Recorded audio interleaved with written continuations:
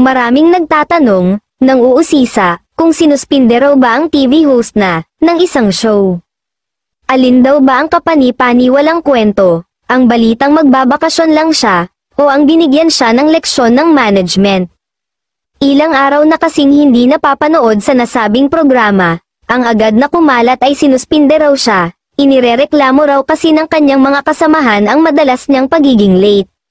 Madalas din daw na mainit ang ulo at wala raw halos makalapit sa kanya kapag ganun ang kanyang mood, kaya binigyan siya ng leksyon ng produksyon.